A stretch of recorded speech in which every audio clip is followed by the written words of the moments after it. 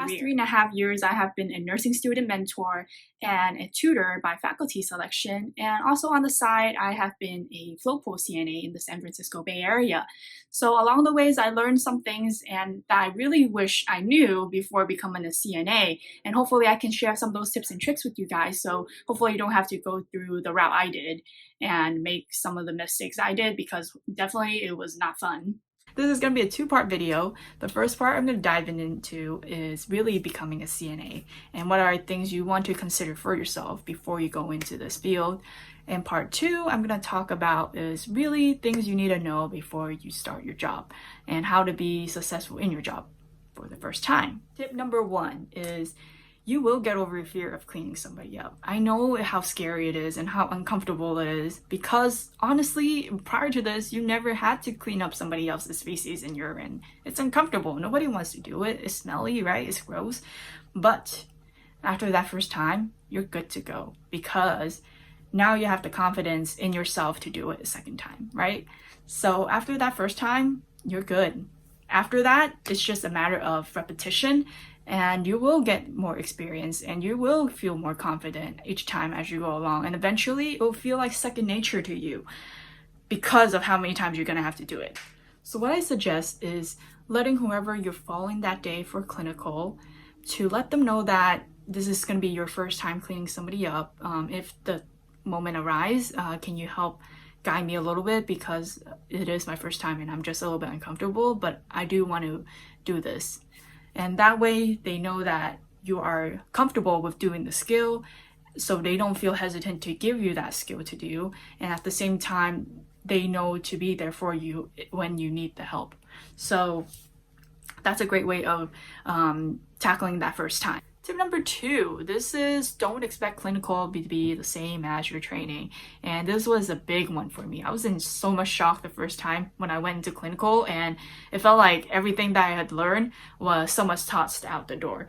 And this sounds pretty bad, but honestly, looking back, I could see why things were the way they were.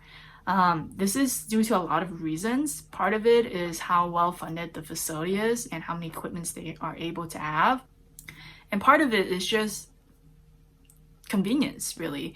And that for them, this is the quickest way they're going to do something, even though it's definitely not the safest way of doing things. So for example, I remember going to my facility, and prior to going to the facility, we were all taught about gait belts and how to transfer patients. This is not the case, okay? We were grabbing people like under the armpit to lift them up, right? Yeah, definitely a shocker for me. And also, it was scary because it was feeling a little bit unsafe when it comes to certain situations. So a different tip that I'm going to go off of is, if you don't feel safe without doing something, speak up, okay? Because it is your life and also your career eventually. So if you get injured, that's it. And CNA has one of the highest rankings of back injuries.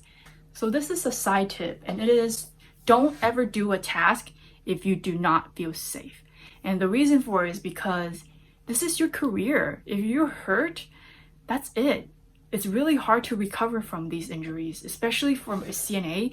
You have patients that are at least 50 kilograms, right? And they move however they feel like moving. So if you fall with them, you fall with them, and you could potentially get yourself injured. So don't ever do a task if you do not feel safe. Speak up and say you don't feel comfortable doing it. Tip number three, this is for those who are interested in potentially pursuing nursing and doing CNA as a preview, is don't let it discourage you from going into the field of nursing, because with CNA training, a lot of it is taking place in a SNFs, which stands for skilled nursing facility or nursing home. SNF is just one type of facility nurses go into. Other types of facility nurses could also go into are hospitals, which is a big one. And within hospital, there are so many different types of units that nurses could go into.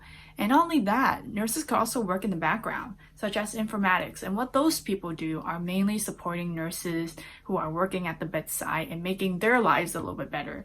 So there are a lot of different roles nurses can also play. Another thing that nurses can also do is not only instructing, but also they could also become educators in other aspects, such as maybe if there is a new product or a new medicine or a new procedure that is on the market, and they need somebody to teach people how to take care of themselves or what the side effects are if they're taking a certain medication or if they do certain procedures, what they need to watch out for. So nurses have a lot of different roles they could play, which is why that's so great of nursing, because say if you ever get sick of one thing and you want to do a different type of nursing, you always have that choice. So there's a lot of variety in nursing, so don't let it ever discourage you. Tip number 4, this one is in continuation of the last tip. It is for those who are planning on becoming nurses down the line. This one is you do not need a CNA certificate in order to work as a CNA. So what you could do is after that semester, your first semester in which you have clinical in, you actually have what they call enough experience to become a CNA. So you could apply to become a CNA right after your first semester if you plan on working as a CNA while you're studying in nursing school. And this is great for those who want to have experience with patients. Overall, you actually look a lot better when you have nursing assistant experience on your resume to show that you have patient interaction, and you could also handle your own patient workload. And not only that, you also have good time management when you are a CNA. So all these things look really nice on your resume. And going on to tip number 5, this one is coworkers can be rude. And I hate to say it, but it is the real world, so it tends to happen, unfortunately.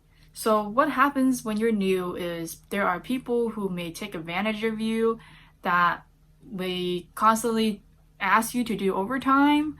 There are also other people that will try to get you to do certain work for them, such as cleaning up their patients when it should be their role as well. There are also nurses who may try to say that, oh, that's not my task, and try to put it on you. So it's not good at all. I know it sounds bad, but it is how it is. And so what you need to do for yourself is you have to speak up for yourself. And that is at a certain time, you just have to say, no, that is not my patient, if you have to say it that way, and that I'm really busy with another patient or something, to let them know that you're not available 24/7 for them, because those are their job and they're the ones who should be doing it, not you.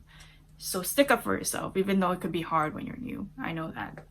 Also, one more thing I want to add to that is, in the case if it is a 2-person job, which I mean you need 2 people to move a patient and there's nobody helping you out, don't do it by yourself, because there is a high chance that you may injure yourself.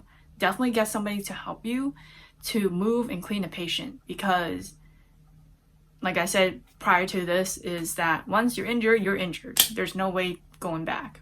And lastly, we have made it. It is tip number 6. Not every workplace is the same.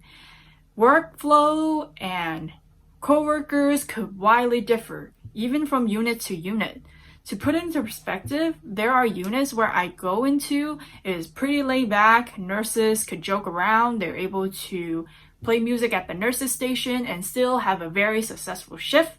And then there are units where the moment I got assigned to, I know it's going to be a tough day and I am crying on the inside, because I know how difficult a unit would be prior to even going to it. So there you have it, guys. Those are my 6 tips on things I wish I knew before becoming a CNA. If you like it, please hit the like button and also subscribe to my channel. And I'm going to be coming out with part 2 very, very soon, so stick around for that if you want more. Also, if you have any questions or if you have similar experiences, leave a comment down below. Also, if you have any suggestion, please leave a comment down below as well, because I want to see what you guys want and hopefully I could help you guys more. Alright, until next time, see you again. Bye!